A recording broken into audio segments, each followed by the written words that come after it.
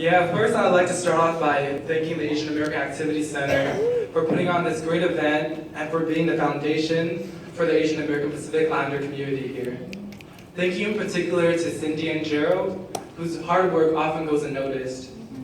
Thank you to the student groups and friends who have supported me and helped me throughout my time at Stanford, from those with whom I constructed my political Asian American identity with through alternative spring break, to the Haas Center for Public Service, which always challenges me to be critical about service and the way I engage with it.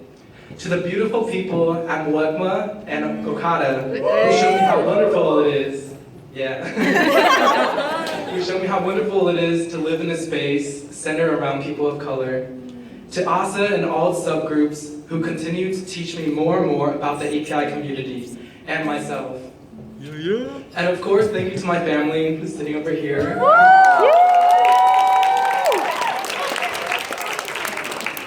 Who've always grounded me and been a mirror for me to reflect upon who I am.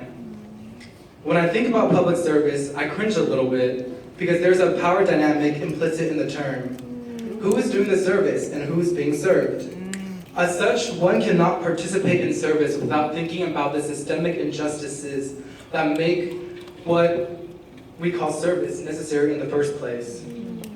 One cannot participate in service without considering in what ways we are both oppressed and the oppressors, as Asian Americans, as people with educational privilege, at this elite institution, and so on. Educational philosopher Paulo Freire said, "This, then, is a great humanistic and historical task of the oppressed, to liberate themselves and their oppressors as well."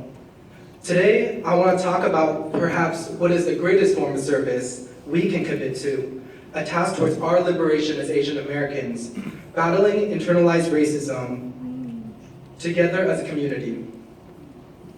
After I moved to the States from Taiwan when I was 7, my first grade class wrote to me. In a letter, somebody said, "Do you have blue eyes and blonde hair yet?" Yeah, same reaction. I laughed because I knew better. But today, I'm going to reflect on how this dissonance has sat with me. Maybe not phenotypically, but did my move to the US mean for my adaptation to become someone with blonde hair and blue-eyed inside? I grew up in a predominantly Asian American immigrant community.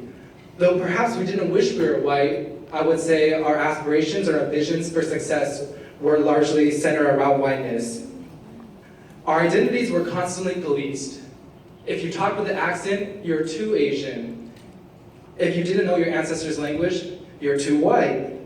From a young age, we have been talking about race, and experiencing race and racism, but in a post-racial society that told us it wasn't okay to do so.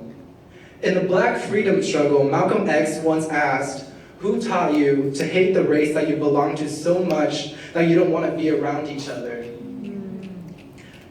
I remember getting the introductory seminar booklet before coming to Stanford. One course caught my eye, graphic novels Asian American style, taught by Professor Stephen Song.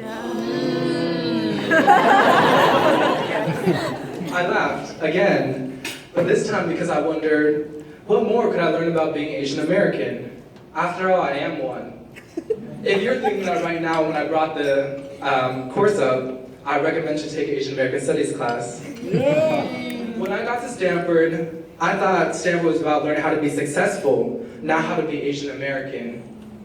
Deeper down when I saw this course, I didn't want to be copping out by taking that class. I didn't want to be labeled as that Asian who couldn't leave the comforts of his Asian circles.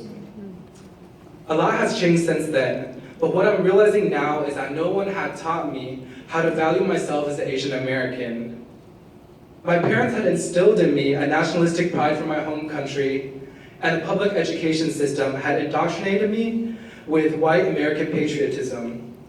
But no one had ever asked me to consider what it meant to be Asian American, or that the dissonance that I was feeling was actually permissible, and even more radically, that it's something that I should value and I should love. I love what Malcolm X said, because it identifies the culprit that taught us to hate our own race, the white supremacy that this country is built on, and also because his statement suggests a solution. Living in a racialized society, I believe we all experience internalized racism, just in different ways and in different extents. As we had been artificially taught to internalize racism, we have to unlearn this behavior and replace it with something else. And this is a task that we all share. Everybody I had think in the beginning of this speech had helped me deal with the racism I had internalized, and this is my challenge to you. Recognize that the mere existence of your student group and the Asian American Activity Center is an act of resistance.